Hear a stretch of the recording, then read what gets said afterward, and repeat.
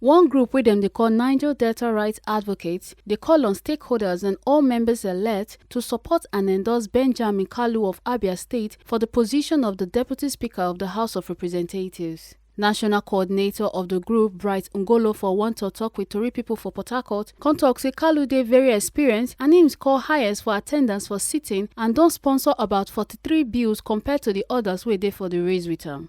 E come talk say their support for Kalu go encourage entrepreneurship for modular refineries and promote green economy for the Niger Delta region. Amongst the 3 members elect from the Southeast Zone who are members of the ruling APC, Honorable Benjamin Kalu has, to his credit, the highest numbers of bills sponsored, 43 bills in total. And importantly, he scores the highest in terms of attendance to sitting and business of the House. Therefore, he ranks more in terms of experience, since the other 2 members of the APC from his zone came in through the court decision. Therefore, ranking in legislative business is a fundamental consideration when it comes to leadership in any parliament.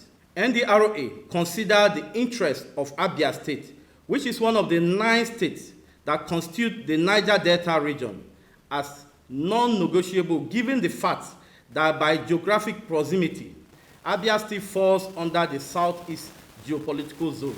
The time is now for banishment of gas flaring, crude oil stealing, and militancy, and replacing this with an entrepreneurship in artisanal and modular refineries, and consciously promoting a green environment to save our unborn generation. From Port Harcourt, A. Carter Ojesole, TMC TV News.